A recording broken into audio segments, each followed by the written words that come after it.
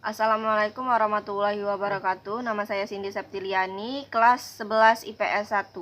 Jadi di sini saya akan menceritakan kehebatan kerajaan-kerajaan maritim di Indonesia. Yang pertama ada Kerajaan Kutai. Kerajaan Kutai berdiri di abad ke-5 sebelum Masehi di dekat Sungai Mahakam, Kalimantan Timur.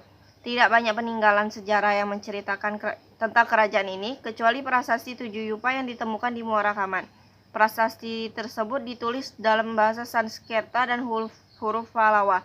Prasasti Tujuh Yupa menceritakan tentang raja-raja yang pernah memimpin kerajaan Kutai, yaitu Kudungga, Aswawarman, dan Mulawarman. Kutai dipercaya sebagai kerajaan Hindu tertua di Indonesia. Kerajaan kedua ada Kerajaan Tarumanegara. Kerajaan Tarumanegara didirikan pada abad ke-5 sebelum Masehi dan terletak di Jawa Barat. Wilayah kekuasaannya meliputi Banten hingga Cirebon.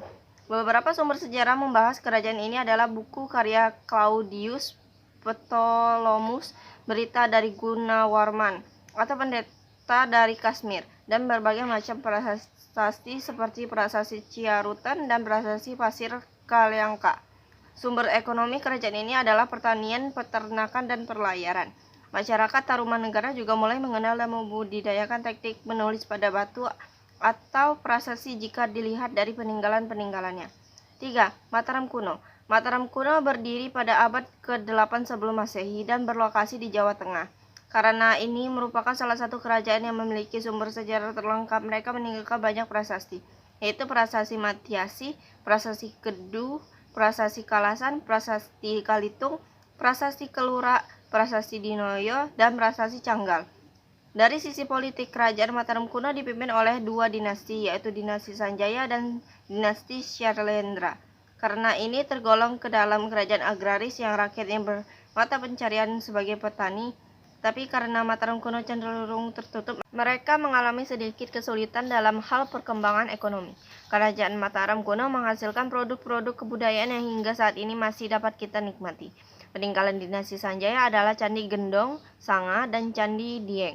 Sementara itu, peninggalan dinasti Syailendra meliputi Candi Borobudur, Candi Mendut, dan Candi Pawon. 4.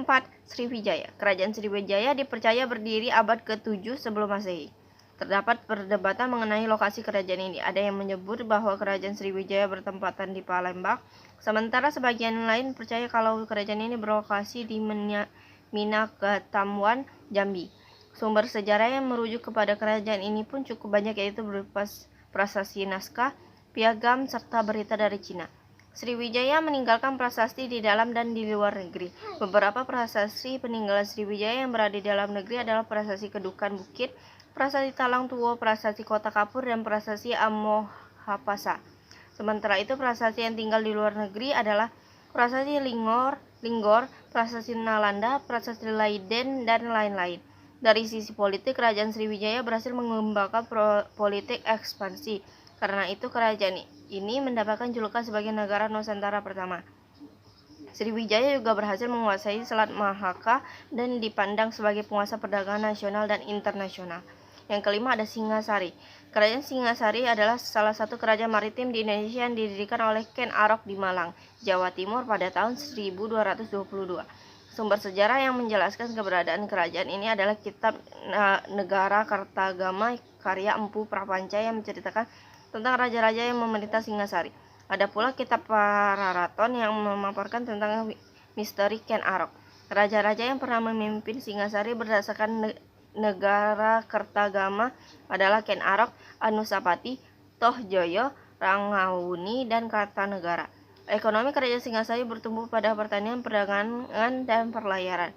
Kondisi ekonomi Singasari semakin membaik di masa pemerintahan Kartanegara. Di Singasari meninggalkan berbagai produk kebudayaan berupa candi dan patung. Beberapa candi peninggalan Singasari adalah Candi Kidal, Candi Jago, dan Candi Singasari. Sementara itu, patung-patung yang ditinggalkan ada patung Ken Dedes dan Kertanegara. 6. Majapahit. Berdasarkan sumber sejarah, kerajaan Majapahit bertempatan di sekitar Sungai Berantas, Mojokerto. Majapahit dikenal sebagai kerajaan Hindu terbesar di Indonesia dan dijuluki sebagai kerajaan nasional kedua karena berhasil menguasai sebagian besar wilayah Nusantara.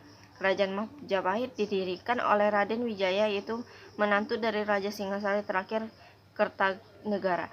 Raden Wijaya dinobatkan sebagai raja tahun 1293 Masehi dengan gelar Sri Kertasrajasa Jayawardhana. Raden Wijaya meninggal tahun 1309 Masehi dan digantikan oleh putranya Jayanegara. Jayanegara kemudian diteruskan oleh Tribhuwana Tunggadewi. Setelah mengundur diri tahun 1350, Tribhuwana Tunggadewi menunjuk anaknya Hayam Wuruk sebagai raja. Hayam Wuruk ditemani oleh Gajah Mada sebagai Mahapati. Di bawah kepemimpinan Hayam Wuruk, Majapahit berhasil menaklukkan wilayah Nusantara. Gajah Mada meninggal di tahun 1364 Masehi, sementara Hayam Wuruk meninggal tahun 1389 Masehi. Hayam Wuruk digantikan oleh Wikramawardhana yang menjabat selama 12 tahun sebelum wafat di tahun 1429 Masehi. Kerajaan Majapahit bergantung pada pertanian dan perdagangan di sektor ekonomi di bawah kepemimpinan Hayam Wuruk. Majapahit membangun jalan lalu lintas dan pelabuhan. Barang-barang yang didagangkan oleh Majapahit diantaranya adalah beras, rempah-rempah, dan kayu cendana. Kerajaan Majapahit menekan berbagai candi sebagai produk kebudayaannya, yaitu Candi Panataran, Candi Berahu, Candi Bentar, Candi Bajang Batu, dan Candi Tikus. Majapahit juga meninggalkan berbagai karya sastra seperti Kitab Negara Kertagama, Kitab Sutasoma, Kitab Paraton, dan Kitab Arjuna Wijaya. Ternyata setiap kerajaan-kerajaan memiliki kehebatannya masing-masing, mulai dari tulisannya, karyanya, budayanya, dan sektor ekonominya. Sekian dari saya. Wassalamualaikum warahmatullahi wabarakatuh.